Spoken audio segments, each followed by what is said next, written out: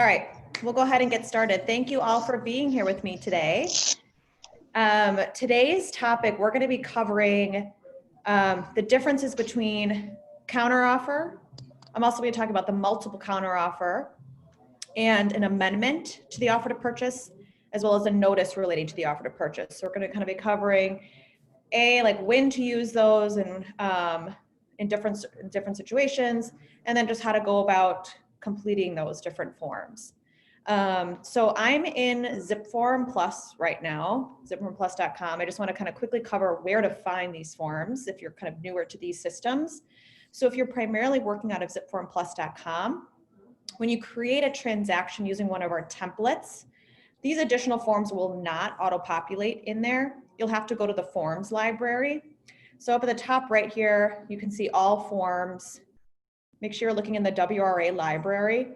All these forms are state forms, so they will all be in this WRA library, and then you can use the search bar to find the specific form you're looking for. You'll notice that once you add a form to your transaction, it will be highlighted in blue.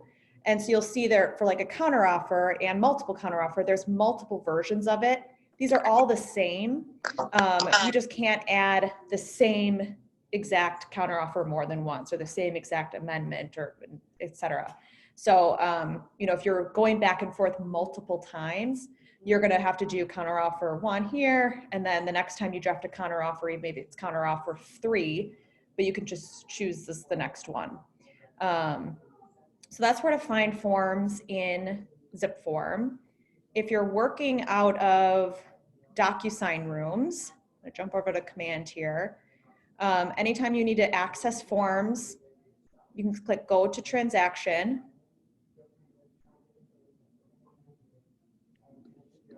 Oops, sorry, I thought I was logged in already. And again, this is if your DocuSign room is already set up. I'm not going to go through the whole process in this training, but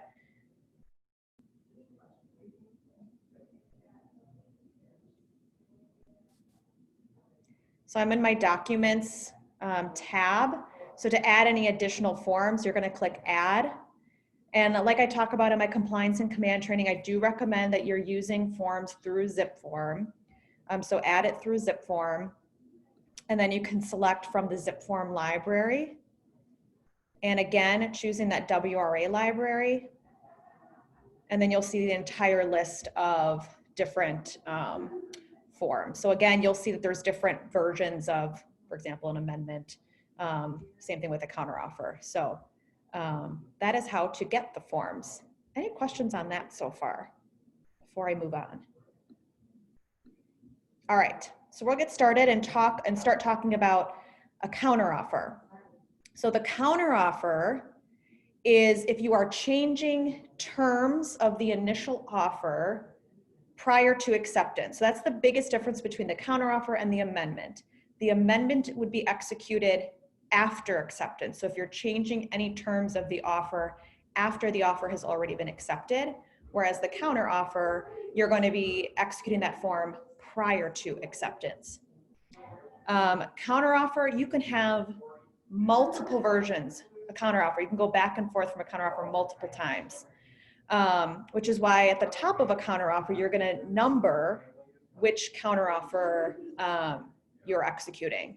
So let's give an example here. Let's say I'm the listing agent. I've received an offer to purchase. The offer to purchase was for $300,000. My sellers are trying to get $315,000. So maybe that's the only thing that I need to change from the initial offer to purchase. So I'm going to counter the buyer's initial offer with that language stating that the purchase price is going to change from $300,000 to $315,000. So that in that case, this would be counter offer 1 by, and then who's drafting the counter offer? Is it the buyer or the seller? So in this case, if I'm representing the seller is executing this or delivering this counter offer. So it does have a note to state that you need to number this counter offer sequentially. So again, this is the first counter offer that's delivered, so it has a number 1. If the buyers then in turn want to counter the offer again, maybe they're like, hey, we don't want to go up to $315,000, but we'll come up to $310,000. that would be counteroffer 2 by the buyer. So ensuring that you're numbering each counteroffer so it's clear which came first, second, third, etc. You could potentially, I've seen offers have like up to 6 counteroffers. I mean, theoretically you could have 10, 20. So it just kind of depends on the situation and the negotiations and how that's all transpiring. You can, before I kind of get into the nitty gritty of this, you can draft a counteroffer. So going back to the offer to purchase, when a buyer delivers an offer to purchase, they put a deadline, a binding acceptance deadline. So let's see, today is August 3rd. Let's say I'm writing an offer today, and I'm going to give the sellers until August 4th at 5 p.m. For binding acceptance. The deadline means if the sellers are going to accept that offer as is with the terms stated in a complete agreement, they have to sign the offer to purchase and deliver it back to me, the buyer, by August 4th at 5 p.m. If the sellers choose to counter, they can counter before that deadline, or they could counter after the deadline. So a counter offer can be delivered even when that first offer to purchase is kind of still live, meaning like that binding acceptance deadline has not passed yet. It can also be delivered after the binding acceptance deadline, meaning the deal, that first offer is kind of dead. So a counter offer can be drafted at any time. A counter offer is essentially a way to say, okay, we're rejecting your initial offer and we are providing you with these different terms.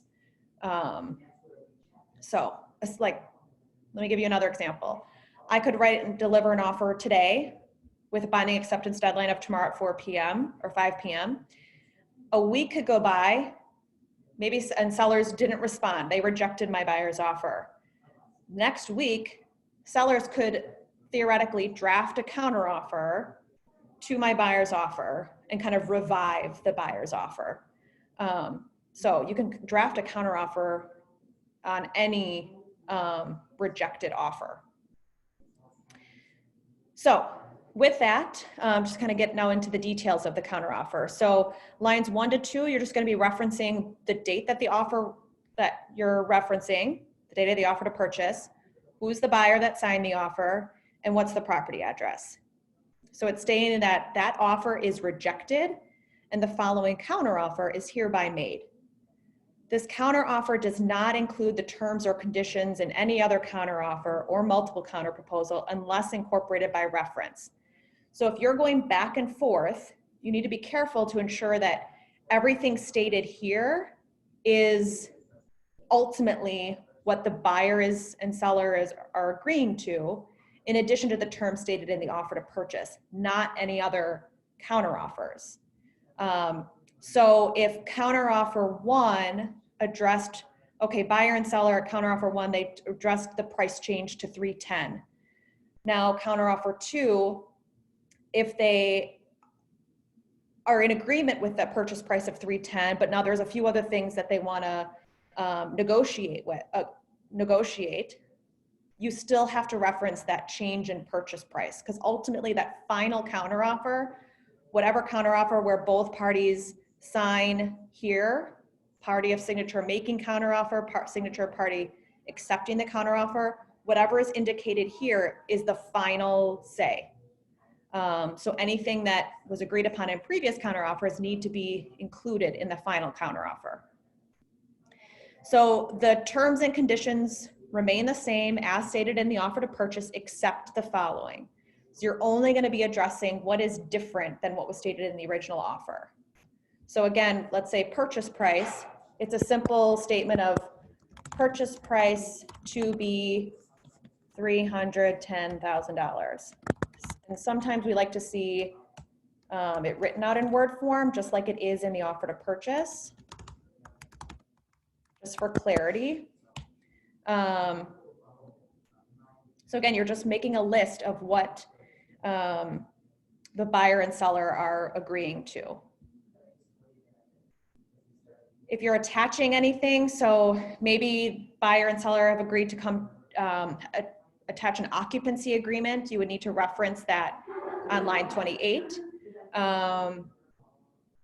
Really, it's just any other additional documents that are being attached to the, or incorporated into the offer that wasn't initially attached to the initial offer to purchase. And then line 31, again, including that binding acceptance deadline. So this deadline, if I'm drafting this today, okay, I'm gonna give the receiving party, so in this case, the buyers, 24 hours or so to sign and accept this and deliver it back to me. If they fail to sign this and deliver it back to me by this deadline, this counteroffer is dead. So to revive it, you would have to do another counteroffer.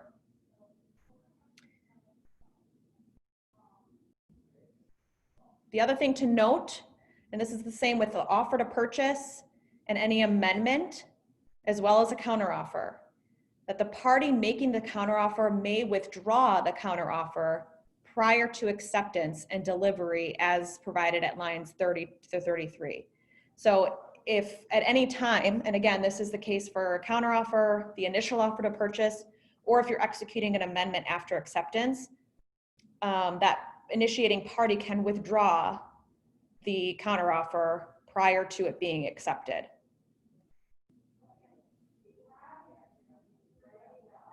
Line 36, you're going to be acknowledging who's drafting this counteroffer.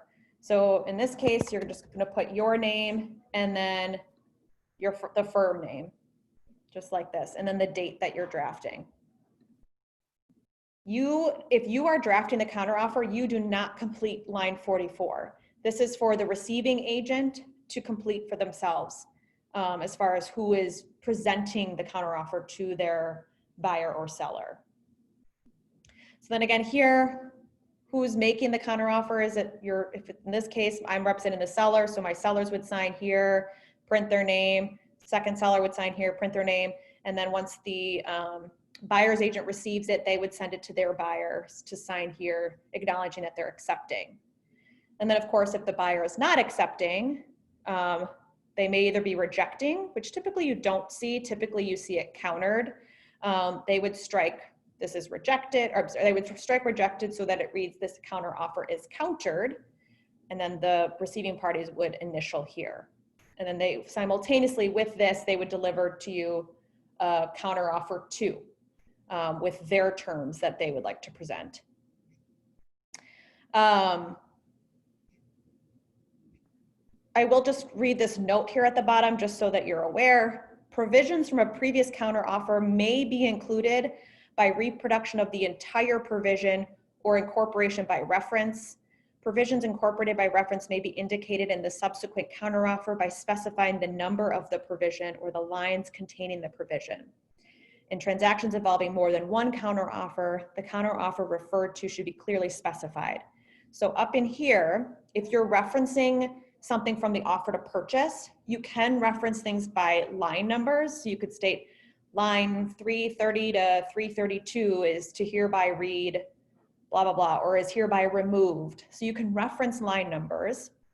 And then there's a statement about referencing the counteroffer. So if you're referencing, if there's multiple counteroffers and you're referencing something that was agreed upon in a previous counteroffer, you need to specify which counteroffer. So lines 12 through 13 from counteroffer 2 are hereby incorporated into this counteroffer.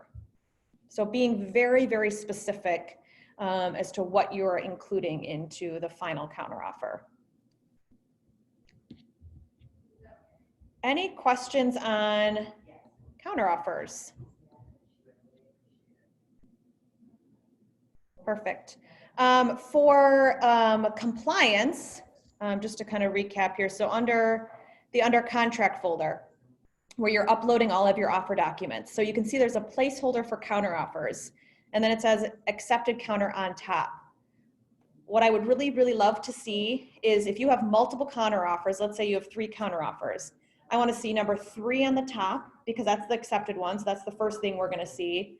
But then in that one file, have 3 on top, 2 and 1 underneath it. So it's kind of a 3-page document that you're uploading here as one file.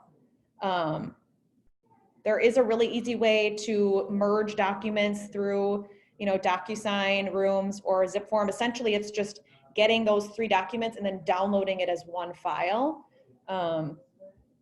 So it's pretty easy to merge documents, and ideally that's what we'd like to see for compliance. Okay. Next, I'm going to open up the multiple counter proposal. So a multiple counter proposal, again, is used very similar to a counter offer, is used prior to acceptance. So you're still negotiating with buyer and seller are still negotiating what the final terms of the offer to purchase are going to be. A multiple counter proposal is used when you are delivering a counter offer to more than one buyer. So if you're ever delivering a counter to, if you're a seller, listing agent, and you've received multiple offers, and the seller wishes to negotiate with all of those buyers, or maybe they've received 4 offers, but they only want to negotiate with 2 of them. That's also permissible. Seller could reject those 2 that they don't want to work with, and then deliver a multiple counter to both, to buyer 1 and buyer 2.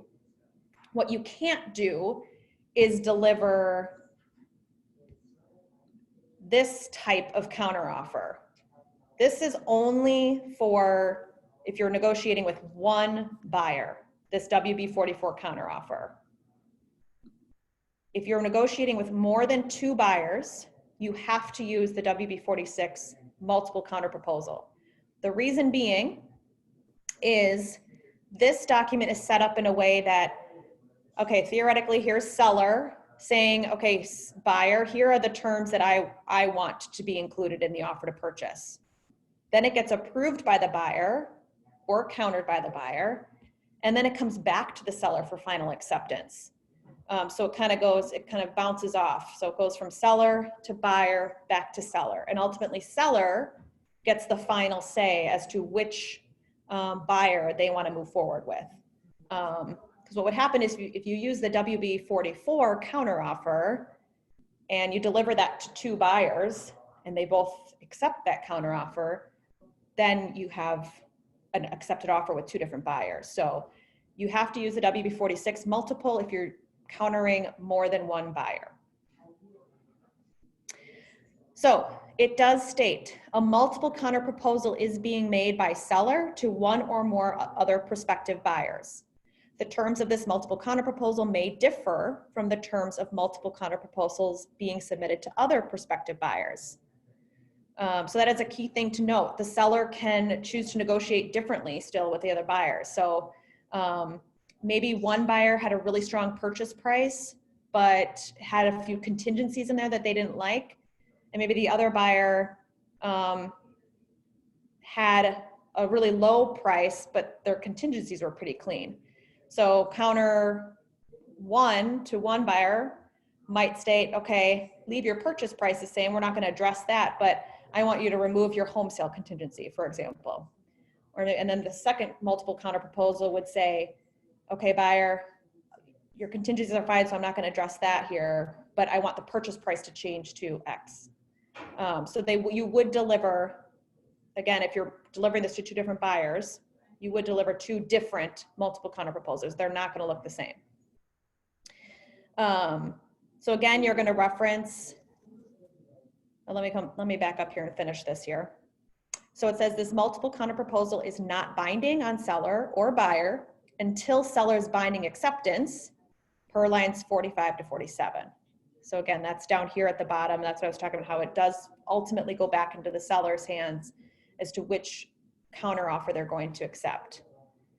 Seller or buyer may withdraw their multiple counter proposal or accepted multiple counter proposal at any time prior to the binding acceptance on lines 45 to 47. So similar to what we talked about in that counteroffer. Parties can withdraw prior to binding acceptance. So initially, seller is going to complete the information up here, I should say the listing agent. So referencing the offer to purchase date, the buyer, and the property address. So again, it's saying that offer is rejected and the following multiple counter proposal is made. All terms, this is the same thing as that counteroffer. All terms and conditions remain the same as stated in the offer to purchase, except for the following. So again, you're just referencing here, what does the seller wish to be changed from that initial offer to purchase? And that is the key with counter offers, is always referencing that initial offer to purchase. So if counteroffer 1 isn't agreed upon and you're drafting counteroffer 2, you're referencing the offer to purchase, not what was agreed upon or not agreed upon in that counteroffer 1. Because again, you have to restate anything that was agreed upon in a previous counteroffer. So here you're going to indicate a binding acceptance deadline. So seller's saying, okay, buyer, you have until tomorrow at 5 p.m. to let me know if you accept these terms or not. And then you're going to reference the date that you're drafting, and again, your name and firm name. So your seller would go ahead and sign, and then you deliver off to the buyer's agent. Now it's the buyer's chance to say, so it says the multiple counteroffer by seller is approved by the buyer. Approval of this multiple counter proposal is not binding on buyer or seller until binding acceptance of this approved multiple counter proposal by seller or on or before. So now they're including a binding acceptance deadline. So let's say they receive this document, buyers receive this document tonight. They can, by signing here, they're saying, okay, we accept these terms.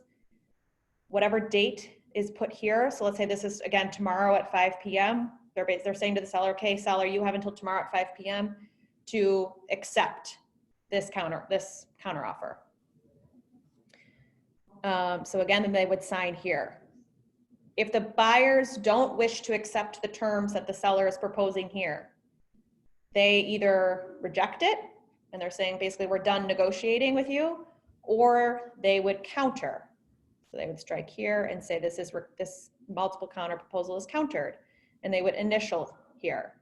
And then the buyer's agent would draft a regular WB-44 counteroffer in response to the multiple counter proposal. So I know that can get a little confusing, so let me know if any questions on that. Ultimately, again, if buyers, somebody have a question? $1,200 a cost to finish the kitchen. If you had brought me the receipt for the tile, I would include the tile. Okay, if you don't have a question, make sure you're muted so we're not catching background noise. Does anybody have questions? Tile. Background noise. I see everything that's verbal between you guys. No. Okay. So has she? Hey, April, if you can mute your microphone, that would be fantastic. All right.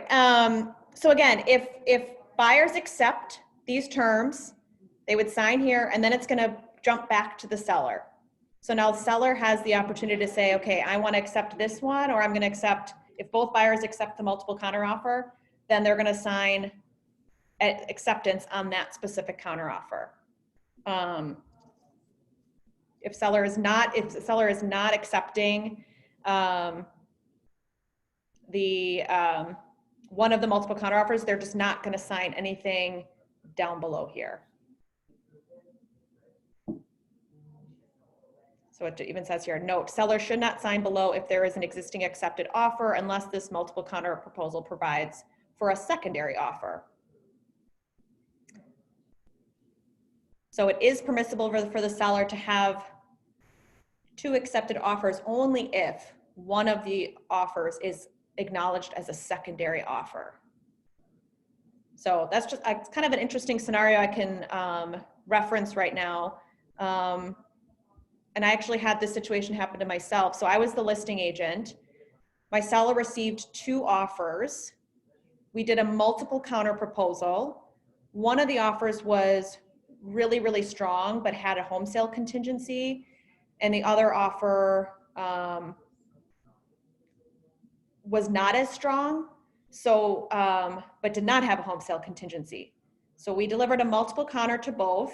We said, okay, the offer with the home sale contingency, we basically kept it as is. But then maybe it changed a few things. Then the second offer, we said, we just countered with that this is a secondary offer. So buyers both accepted. So we accepted both of those offers because again, one of them was a secondary offer.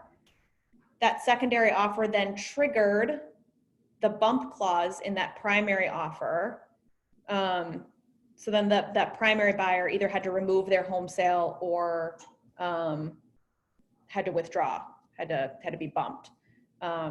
So you can kind of get a little creative with how you use multiple counter proposals and then putting people in secondary, etc. All right, any other questions on a multiple counter? All right, we're gonna move into amendment. So again, an amendment to the offer to purchase, you are amending an already accepted offer to purchase. So you would only execute an amendment after acceptance. Counteroffer is before acceptance, amendment is after acceptance. So again, it says up here, use a WB-40 amendment if both parties will be agreeing to modify the terms of the offer. So you can see at the bottom, an amendment requires both buyer and seller to sign, and essentially both of them have to agree as to what is stated in the amendment.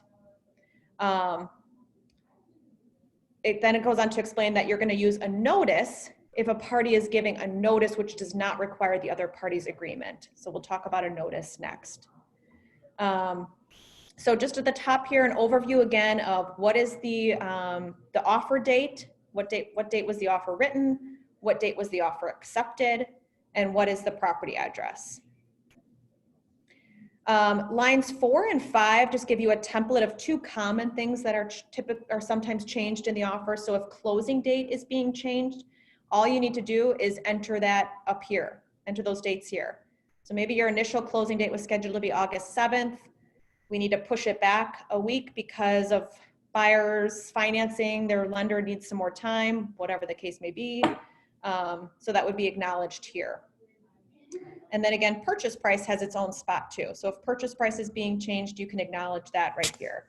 So maybe after the inspection, buyers, found a number of items that need to be addressed. They had experts come in and give their evaluation of what they think everything is going to cost. It's roughly going to be $10,000. So buyers may go to the sellers and say, hey, let's reduce the purchase price from $310 to $300 so that we can address those repairs after closing. That's a typical thing that's done. Simultaneous to purchase price, you can address any other terms to be modified. The most typical one is repairs. So again, after inspection, buyer is now made aware of some items that need to be taken care of on the property, whether it's a roof that needs to be repaired, chimney, plumbing, electrical, all that would be addressed in an amendment to the offer to purchase. We have some nice language in our clause library that you can insert into this empty space to kind of give you a template for drafting like repairs. So if we are in this big text box here, if I click on this pencil icon and then this paper scroll icon, it's going to bring up my clause library. It's all organized by different categories. So I'm going to search in the offer to purchase category and then the clause title. So here's the inspection amendment language that you can insert. And it states, the following shall be completed at the expense of the seller with all applicable lien waivers, invoices, and permits provided to buyer no later than 10 days prior to closing. Upon acceptance by all parties, the inspection contingency is hereby waived. And then you would go ahead and list all the different things that the buyer is requesting the seller to do prior to closing. So this template, this language is really important to include or include something similar to this, because anytime you're amending the offer to purchase, it needs to be clear to both parties as to what is happening. So who's paying for the repairs? who is the seller hiring? So this template doesn't really address that. So if there's plumbing work that needs to be done, you better, and the buyer wants the seller to use a licensed plumber to do the work, you better state seller to hire licensed plumber or licensed electrician to address, and then whatever that specific repair is. Bringing in HVAC people. So again, being very specific as to what the buyer wants the seller to do. And then again, it says by when. When does the seller need to have all this completed? Giving it, so this one says 10 days prior to closing. I would say don't do any sooner than 5 days prior to closing. 10 days is a good period of time where then if buyer doesn't get what they need, then you still have a few days to really kind of figure out, okay, where are we at with these repairs? What else needs to be done? So that we can close on time. Having any deadline fall right at the closing date or even 1 to 2 days prior, you will be in such a pinch trying to get everything straightened out to be able to close on time. So some of the other clauses, just to make you aware if you're not, trying to think what would be something that would be addressed in an amendment. I mean, really any of these can be dropped in because you're simply amending the terms of the offer. So maybe let's see, maybe the buyers decide, you know what, I would really love to do more than one final walkthrough.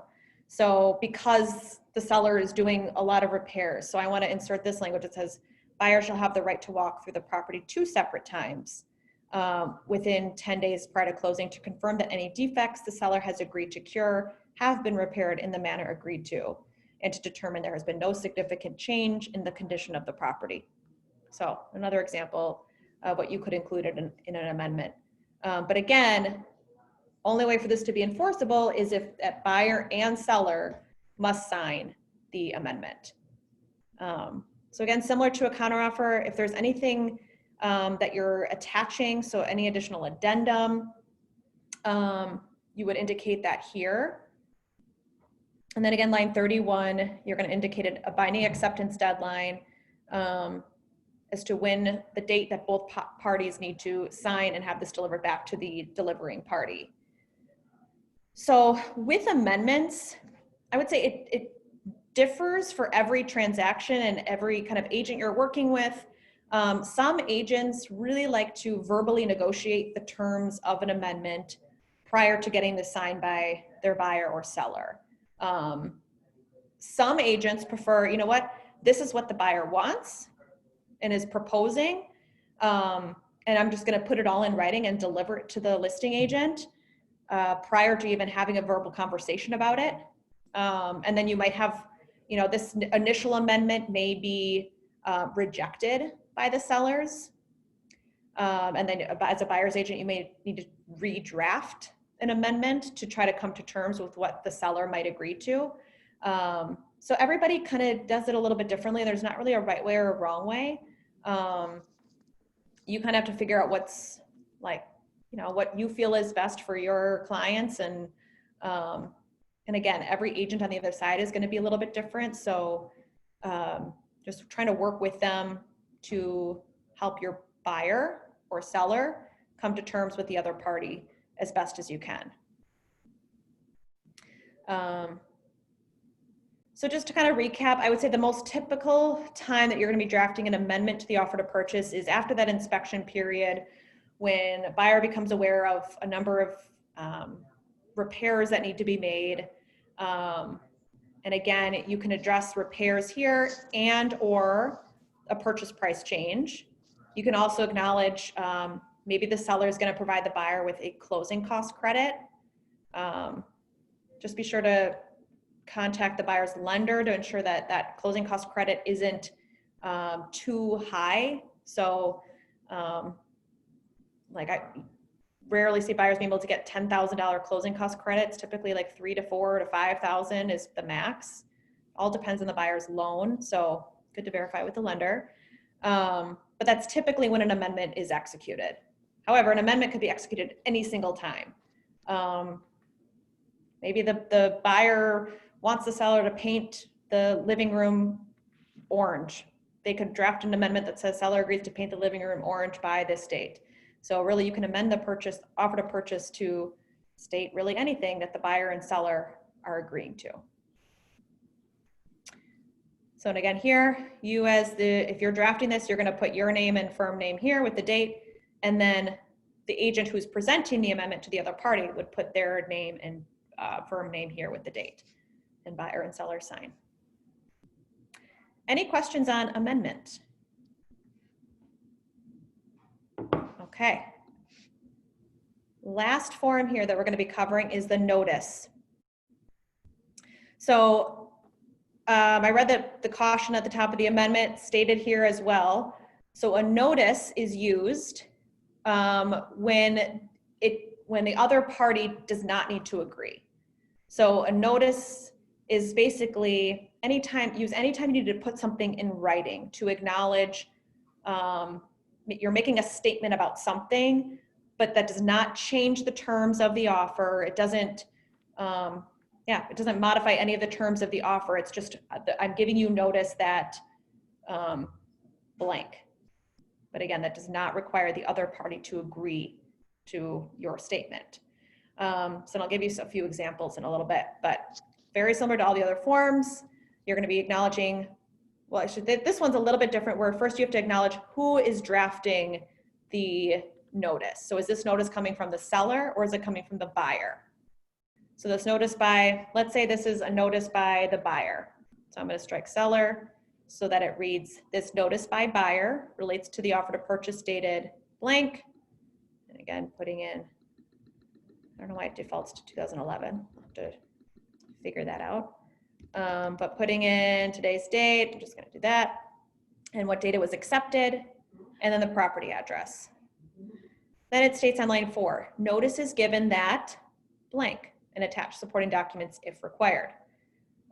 So some common things that you're going to be potentially having to deliver a notice on. One of the more common ones is if you have to deliver a notice of defects. So with an inspection contingency, ultimately, hopefully buyer and seller are able to come to an agreement through an amendment to the offer to purchase, just like we talked about, where, okay, buyer does their inspection, they've now become aware of X, Y, and Z that needs to be done to the house, repairs that need to be made. Seller, will you complete these repairs to the way that I hope that you will, by hiring licensed electricians or licensed plumbers to repair these specific things? And if so, if they can agree to that be an amendment, great. If not, buyer has two options. They can move forward as is, so they can just say, okay, no, we're gonna just buy the house as is. Or they can deliver a notice of defects. The notice of defects then triggers that right to cure language in the offer to purchase. And that language will either say the seller has the right to cure or they don't have the right to cure. If they don't have the right to cure, offer is null and void after a notice of defects is delivered. If they do have the right to cure, then the seller reviews this list of defects that the buyer has delivered to them, and they get to decide, okay, are we going to fix all these things or not? And if not, then the offer is null and void. And if yes, then we move forward. So to write a notice of defects, again, going back to using just what the language says, notice is given that this is a notice of defects. Buyers object to the following. And then you're going to make a list of the defects. It's with a notice of defects, you cannot state how things are done. You can't state that, you know, the seller's going to hire a licensed plumber to do this. It's not kind of copying what you did on an amendment. You're just simply stating what the defects are.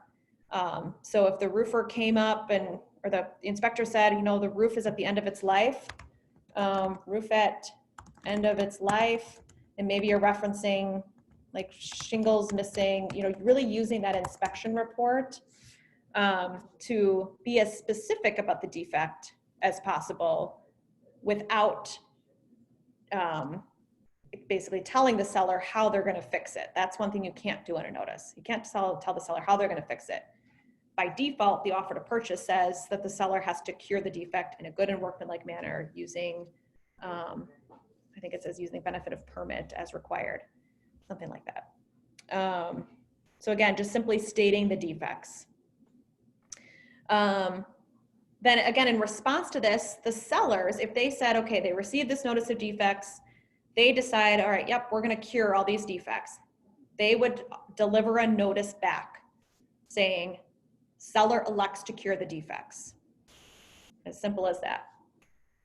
So notices can be pretty simple because again, they're just basically statements that one of the parties is making. Sometimes it triggers language in the offer to purchase, like this example. Other times it's just, again, a statement. Maybe the buyers did their home inspection and really there was not a lot of issues with the home. So they're not going to ask the sellers to do anything, but they want to make the sellers aware that, you know what, we did our home inspection, we're hereby waiving our inspection contingency. They could send a notice to the seller making that statement, buyer hereby waives inspection contingency. Not required because the inspection contingency will automatically waive itself once that deadline passes, but you know, if day 5 of a 10-day inspection contingency period, buyers just want to make the sellers aware, hey, we're just moving on. It can be a nice thing to do.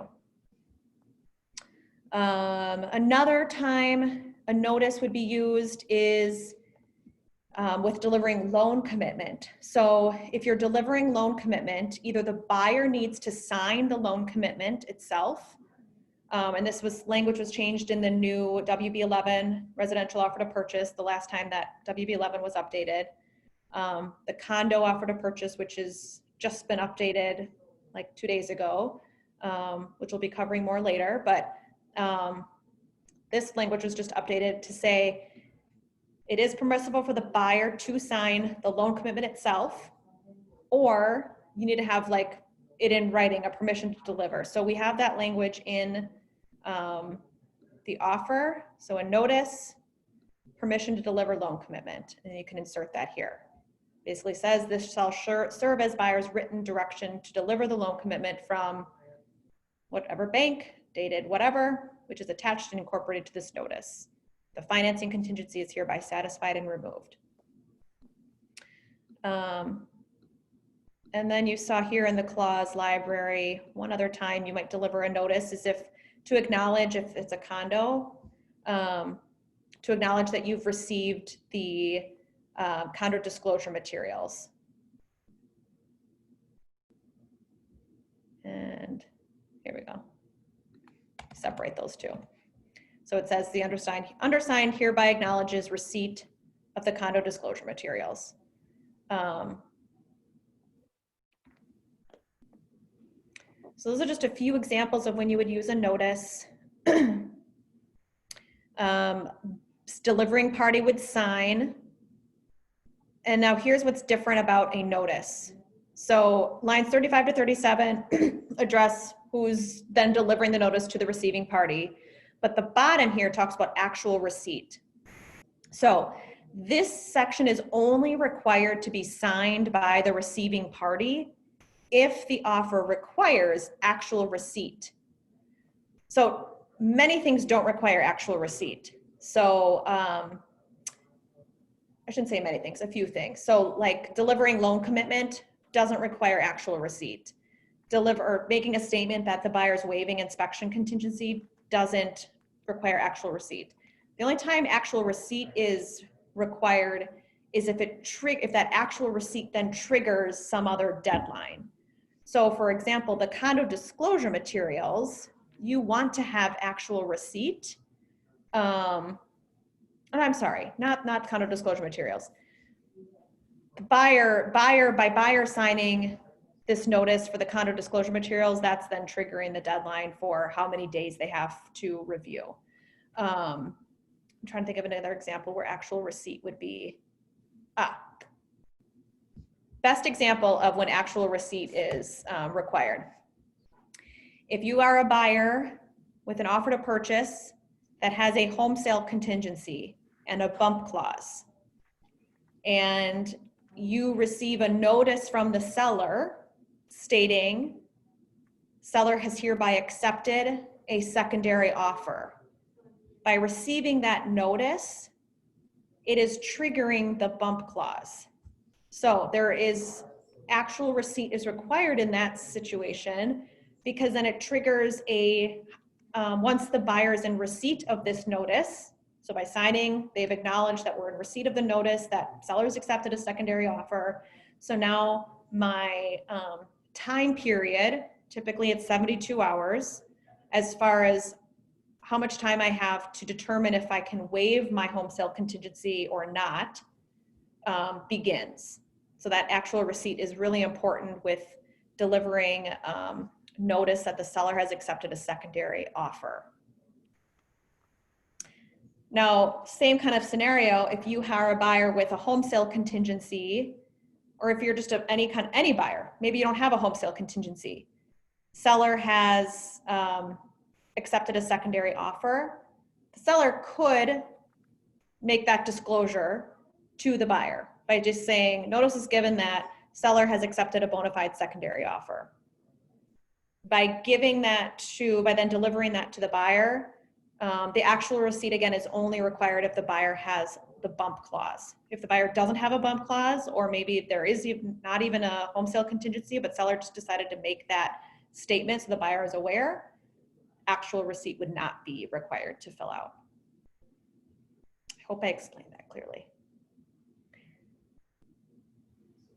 Any questions on the notice?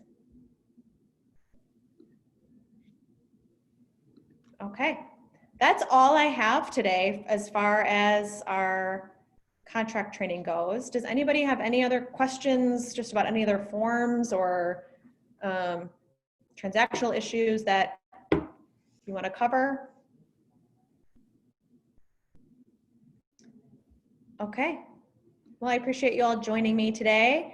And next week, we're going to be covering the new, so the WB11 residential offer to purchase was just updated. They're calling it Take 2 since this is the second update this year. So we're going to be covering what those updates are. And then the following week, we'll be going over the brand new WB14 condo offer to purchase. So a lot of changes to that offer to purchase. So hope to see you all again in the next 2 weeks. Thank you. Thank you.